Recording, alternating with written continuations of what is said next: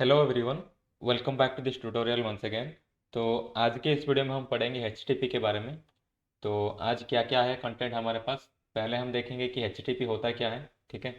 फिर हम देखेंगे कि हाउ एचटीटीपी वर्क्स, यानी कि एचटीटीपी वर्क कैसे करता है। फिर हम कुछ की कॉन्सेप्ट्स के बारे में डिस्कस करेंगे एचटीटीपी का।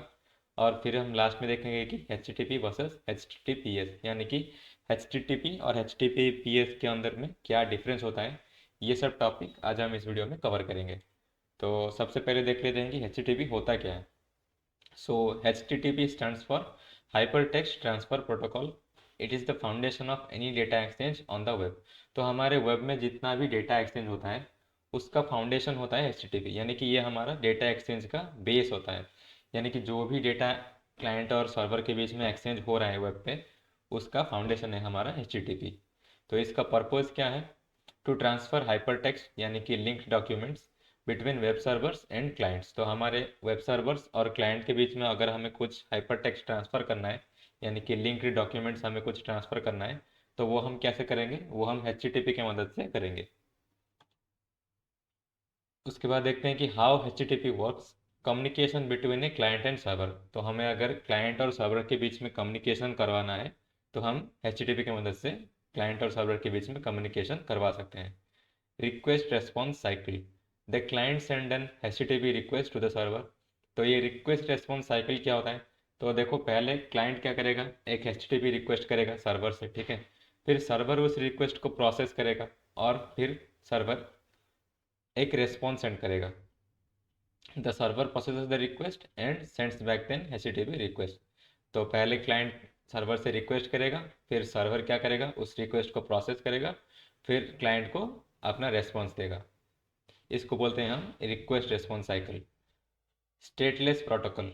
Each request from the client is independent and unrelated to the previous request. तो स्टेटलेस प्रोटोकॉल का मतलब क्या है कि जितना भी रिक्वेस्ट हम सर्वर से करेंगे वो सब इंडिपेंडेंट रहेगा। यानी कि मान लो कि हमने 5 रिक्वेस्ट किया सर्वर से, ठीक है।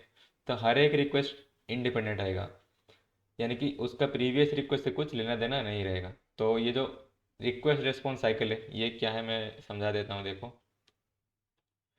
जैसे कि मान लो हम यहाँ पे गूगल में, ठीक है, यहाँ पे आप इंस्पेक्ट करो और यहाँ पे नेटवर्क वाले टैब में आओ, ठीक है। यहाँ पे फैच और एक्सेस चार्ज जो दिख रहा है यहाँ पे क्लिक करो। फिर यहाँ पे कुछ गूगल में यहाँ पे हम सर्च करते हैं, ठीक है। मान लो मैं सर्च कर रहा हूँ .NET कोर वेब API, ठीक है। देखो, जैसे ही मैंने सर्च करा, देखो यहाँ पे कुछ डेटा यहाँ पे आ गया और यहाँ पे हमारा स्टेटस कोड भी दिखा रहा है 200, यानी कि स्टेटस ओके। ये स्टेटस कोड के बारे में भी हम आगे डिटेल्स में पढ़ेंगे, ठीक है। आप किसी भी एक पे क्लिक करो तो देखो यहाँ पे हमारा आ गया रिक्वेस्ट यूआरएल। जो हमने रिक्वेस्ट किया था ये उसका यूआरएल है, ठीक है।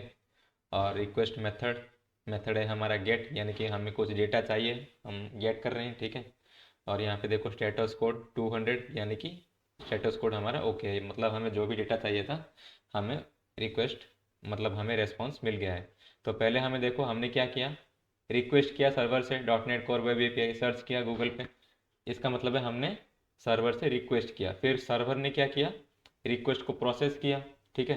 और सर्वर ने रेस्पॉन्स बैक किया हमें।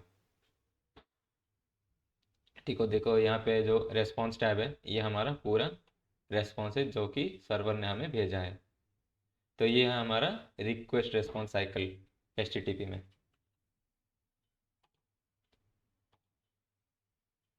अब देख लेते हैं कि कुछ की कॉन्सेप्ट HTTP के।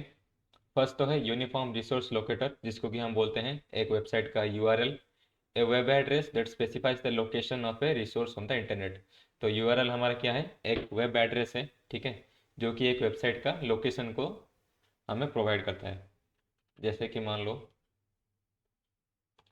यहाँ पे इसको बंद करते हैं, ठीक है। एक नया टैब खोलते हैं। यहाँ पे मान लो मैं HTTPS, ठीक है, मैं यहाँ पे लिखता हूँ गेट bootstrap.com। जब मैं एंटर हिट करूँगा तो देखो मैं बूटस्ट्रैप के साइट पे तो आ गया, ठीक है।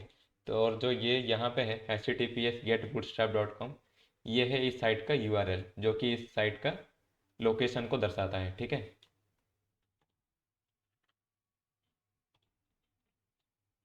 उसके बाद हम देख लेते हैं HTTP कुछ मेथड्स के बारे में। पहला मेथड है हमारे पास get method, retrieve data from a specified resource. तो अगर एक स्पेसिफाइड रिसोर्स से हमें डेटा गेट करना है तो हम गेट मेथड का यूज़ करेंगे। वैसे ही हमारे पास पोस्ट मेथड होता है। ठीक है, submit data to the processed to a specified resource. तो अगर हमें कुछ डेटा सेंड करना है सर्वर पे तो हम यूज़ करेंगे पोस्ट मेथड का। वैसे ही अगर हमें कुछ रिसोर्स को एडिट करना है, ठीक है, और उसको अपडेट करना है तो हम यूज़ करेंगे पुट मेथड का। अगर हमें कोई रेस्पॉन्स मतलब हमारा जो भी रिक्वेस्ट होगा उसको अगर डिलीट करना है या तो रिमूव करना है तो हम यूज़ करेंगे हमारा डिलीट मेथड को। तो ये हमारा 4 इंपॉर्टेंट मेथड होते हैं HTTP का: गेट, पोस्ट, पुट और delete. Headers, information about the request और response such as the type of data और लेंथ। तो हेडर्स हमारा क्या है, जो भी हमारा रिक्वेस्ट और रेस्पॉन्स होता है उसका इंफॉर्मेशन को हम बोलते हैं headers, such as the type of data, ठीक है, और द लेंथ ऑफ डेटा, ये हमारा होता है हेडर्स। अब हम देख लेते हैं कि HTTP वर्सेस HTTPS, मतलब HTTP और HTTPS के अंदर क्या डिफरेंस होता है। HTTPS stands for hyper text transfer protocol secure. जो यहाँ पे जो S लिखा हुआ है इसका मतलब है सिक्योर। HTTP ऑपरेट्स ओवर ए प्लेन टेक्स्ट कम्युनिकेशन चैनल। तो हमारा HTTP ऑपरेट करता है एक प्लेन टेक्स्ट कम्युनिकेशन चैनल के ऊपर, ठीक है। वाइल HTTPS यूजेस ए सिक्योर्ड और एनक्रिप्टेड कनेक्शन। तो हमारा HTTPS क्या काम करता है, सिक्योर्ड कनेक्शन पे ध्यान देता है ये।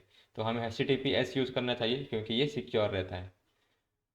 उसके बाद हम देख लेते हैं कि इवोल्यूशन ऑफ HTTP, यानी कि HTTP का इवोल्यूशन कैसे हुआ था। तो पहले तो आया था हमारा HTTP वर्जन 1.0 जो कि 1996 में लॉन्च हुआ था, ठीक है। फिर आया हमारा HTTP 1.1 जो कि लॉन्च हुआ था 1997 में, ठीक है। उसके बाद आया हमारा वर्जन 2 जो कि रिलीज़ हुआ था 2015 में। Features and improvements with each version.